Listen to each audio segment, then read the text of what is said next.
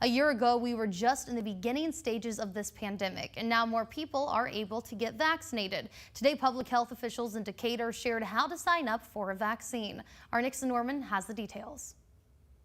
The health department is back doing first dose of vaccinations again, so that's a wonderful thing to get more vaccine into arms. Our online scheduling system went live for the health department at the end of last week, and so alcovidvaccine.gov. That's alcovidvaccine.gov. You'll click on Schedule Vaccine and select First Dose.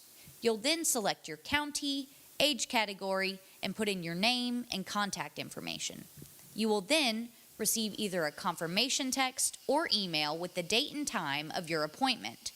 The health department strongly encourages signing up through the internet so that they can have more employees focused on vaccinating people rather than picking up phones.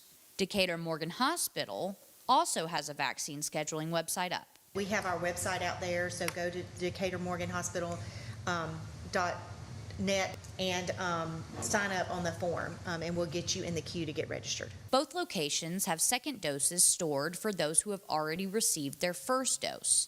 The health department has a request when it comes to those who want to get their second dose. If you're scheduled for a second dose, to not only help you not have to sit in line, but also the health department staff as well, if you will come in the afternoon, your second dose is available. We have heard a lot about shortages in vaccine supply, but luckily Johnson & Johnson was just granted emergency use authorization for their one-dose COVID-19 vaccine. They have promised to get about 20 million doses out by the end of the month, so that's a great number as well. I also saw an article this morning that Pfizer and Moderna said that they would be able to produce 220 million doses by the end of March. For more information, just head over to our Rocket City Now website.